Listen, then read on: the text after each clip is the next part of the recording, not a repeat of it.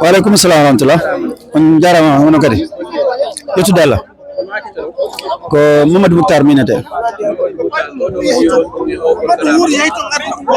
Donc ko mimbe nomi président association sport et culture Kanguel Borion.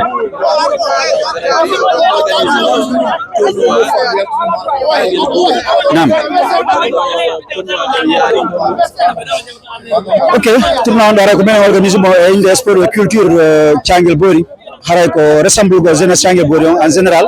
Rassemble kanyum kadi yimbe Kanguel Bori be fo parce que hande enen Kanguel Bori ko boyde wiide ko hiden dudi den timmi e poste di fo kono non haray toujours mobilisation no manki boy no wodi kono caldi di no duri donc une fois que non haray ko buren intéressé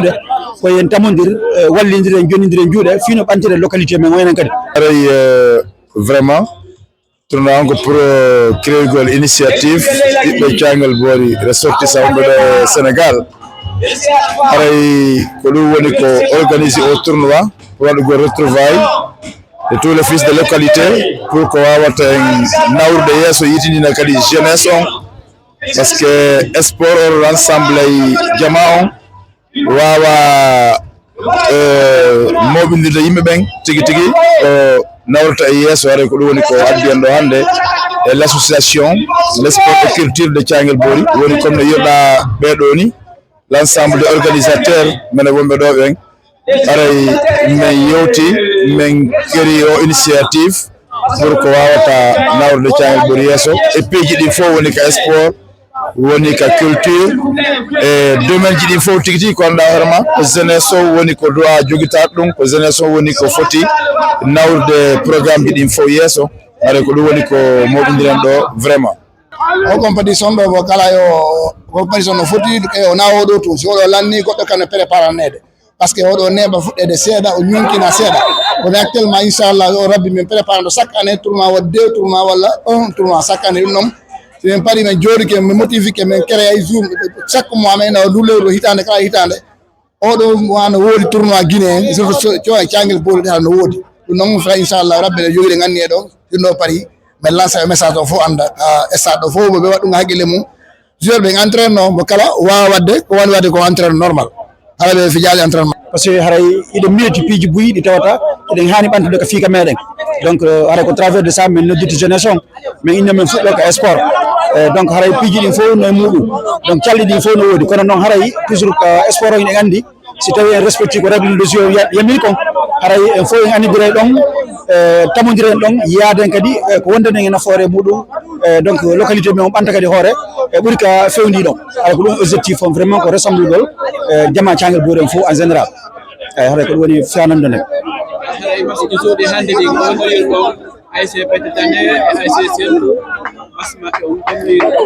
oui, bien sûr,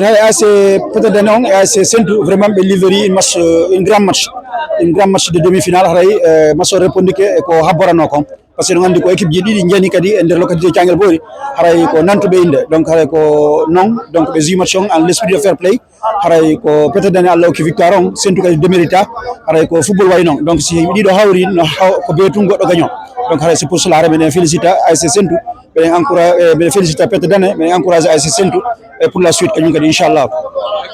yiti deuxième match on kadi hakkunde Kokuma e Leylagui no yodo match on kadi nam haray vraiment ASC Kokuma kadi ASC Leylagui haray be répondre que présent be ari kadi kabe habalo don parce que de nder ko une grande affiche donc hande Leylagui goto présentata Leylagui ka localité men donc haray ko andirabe football on yiduɓe kadi football o yiduɓe kadi localité meɗen on par ce que haray yiɓe darade côté ji boyi fi no localité men o yara yesso e sengo e sport on donc haray Kokuma kañum kadi ko équipe mo tawata ko équipe jeeno ɓoyiɗo kadi e sengo e sport on haray kamɓe kadi vraiment ɓe holliri donc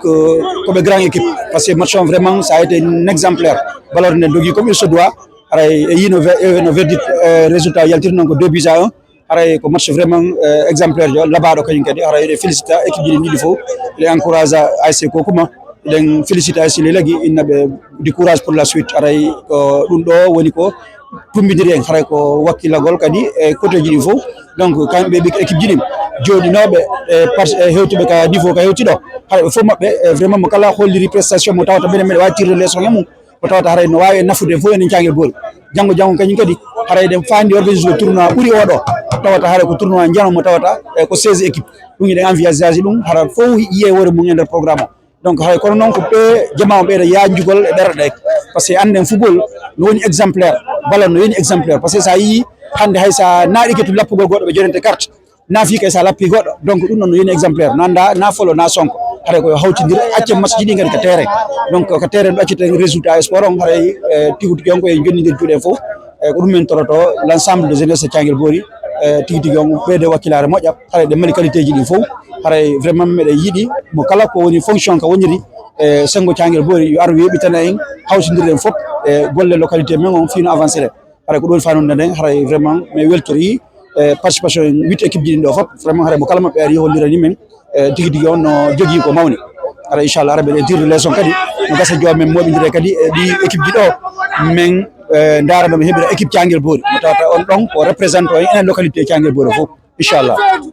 haray ko ɗum woni ko fandi inchallah joni kadi haray ko honno wi o toon population Thiangel Bory on e sifaɗi nodditandeji ɗo